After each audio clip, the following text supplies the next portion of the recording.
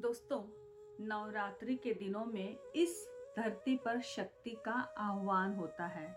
स्वयं माँ दुर्गा शक्ति के रूप में इस धरती पर अवतरित होती है। इसलिए नवरात्रि का समय अति पावन और सकारात्मक ऊर्जा से भरपूर होता है।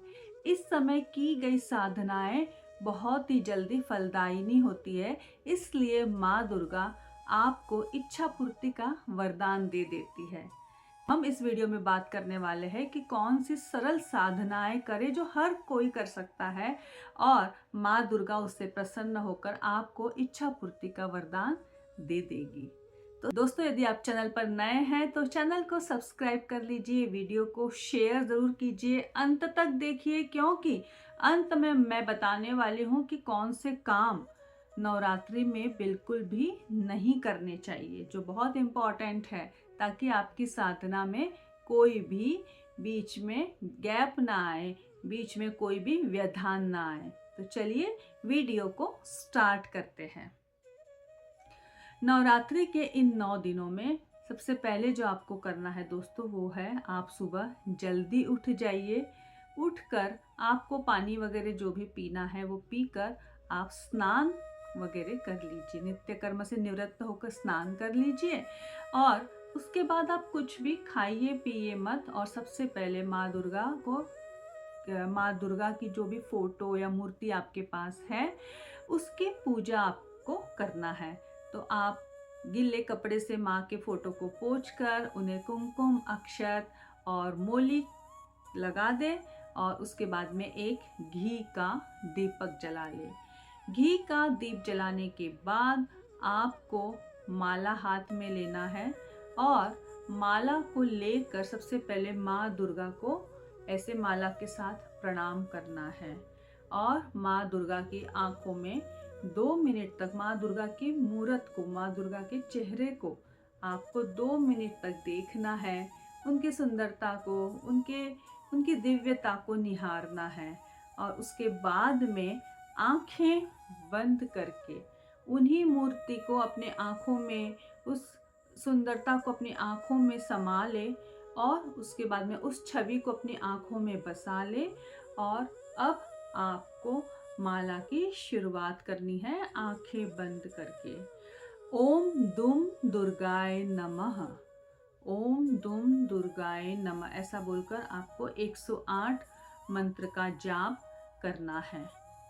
और उसके बाद जब आपका मंत्र का जाप हो जाए, माला को प्रणाम करके आप माला को भगवान के सामने रख दे, माता के सामने रख दे और उसके बाद में आपको एक दुर्गा चालीसा का पाठ करना है। दुर्गा चालीसा का पाठ करना है, श्रद्धा से करना है, विश्वास के साथ करना है, पूरे दिल के साथ करना है।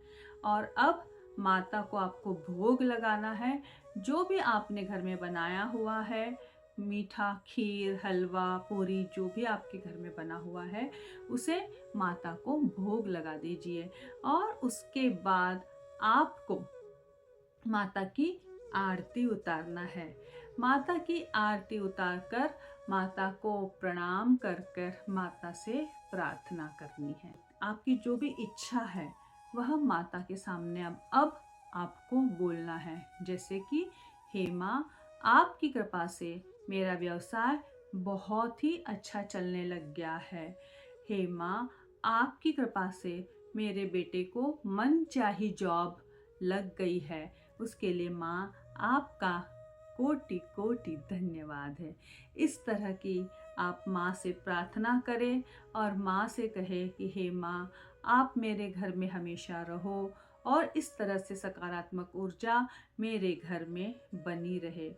माता को धन्यवाद करें और माता से कहे कि माँ, आपकी कृपा से मेरे घर में सुख, शांति, स्वस्थता और समृद्धि है।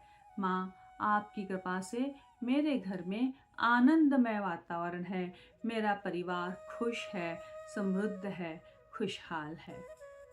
इस तरह से माता को आपको 9 दिन तक प्रेयर करनी है। तो दोस्तों, ये पूरी प्रेयर खत्म हो गई, ये पूरी पूजा खत्म हो गई। रोज के काम है उसे आप कर सकते हैं। और क्या क्या नहीं करना चाहिए इन नवरात्रि के दिनों में, तो सबसे पहले है कि आपको मांस और शराब का सेवन इन 9 दिनों में बिल्कुल भी नहीं करना चाहिए। दूसरा, 9 दिन नहाना ज़रूर है, बिना नहाए बिल्कुल भी ना रहे।